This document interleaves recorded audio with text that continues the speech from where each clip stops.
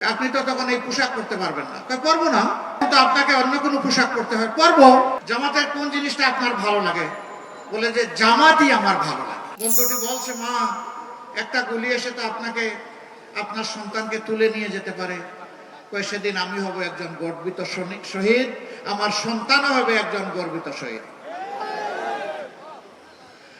তারা বলেছিল, আপনি কি ঘরে বসে দোয়া করলে হয় না? কয় না, হবে না। আল্লাহ শুধু আমাকে একটি সন্তান দান করেননি। আজ বাংলাদেশের রাস্তাঘাটে, পথে প্রান্তরে মানবতার মুক্তির জন্য যে সমস্ত যুবক যুবকেরা, তরুণ তরুণীরা, শিশুরা নেমে পড়েছে, এই সবগুলো আমার সন্তান। আমি সেই সন্তানদের সাথে একাত্মতা ঘোষণা করতে, সহানুভূতি জানাতে আমি এখানে এসেছি। আমি রাস্তা ছাড়ব না। মা, তোমাকে সেলিউট। তুমি সত্যিকারের বীরঙ্গনা। তুমি গুলুকে পরোয়া করো নাই, নিজের জীবনকে, সন্তানের জীবনকে পরোয়া করো নাই। ওরকম মারা রাস্তায় নেমেছিলেন বলেই বাতিল পালাতে বাধ্য হয়েছিল।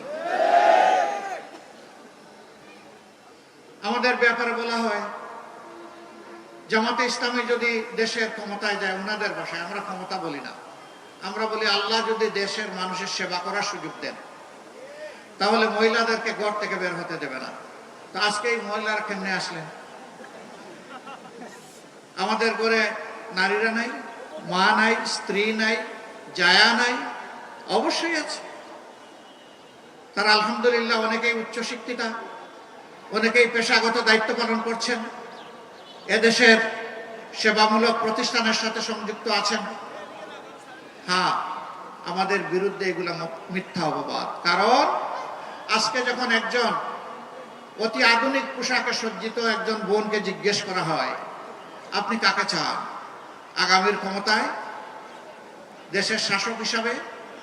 এ বোনটি বলে, আমি জামাতকে চাই। কেন চান? ওই যে জামাত আসলে দেশটা ঠিক হবে। আপনি তো তখন এই পোশাক করতে পারবেন না। পারবো না,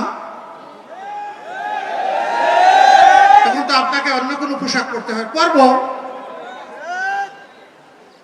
তারপরে আপনি চান? বলে হ্যাঁ, আমি চাই। আচ্ছা, জামাতের কোন জিনিসটা আপনার ভালো লাগে? বলে যে জামাতই আমার ভালো লাগে। এই যে ওনাকে আবার জিজ্ঞেস করা হয়েছে কেন? বলেছে তাদের কাছেই নারীর জাতি সম্মানে থাকবে, নিরাপদে থাকবে। এই যে আমাদের মায়েরা ফিল করেন যে আমরা আসলে তারা নিরাপদে থাকবেন, এটি আল্লাহ তাআলার পক্ষ থেকে আমাদের জন্য বিশাল পাওনা। আপনাদের এই ফিলিং এর ঋণ আমরা পরিশোধ করতে পারবো না, তবে কথা দিচ্ছি, আল্লাহ সুযোগ দিলে অবশ্যই আপনাদের আস্থার প্রতিদান দেওয়াই হবে আমাদের 1 নম্বর কর্তব্য।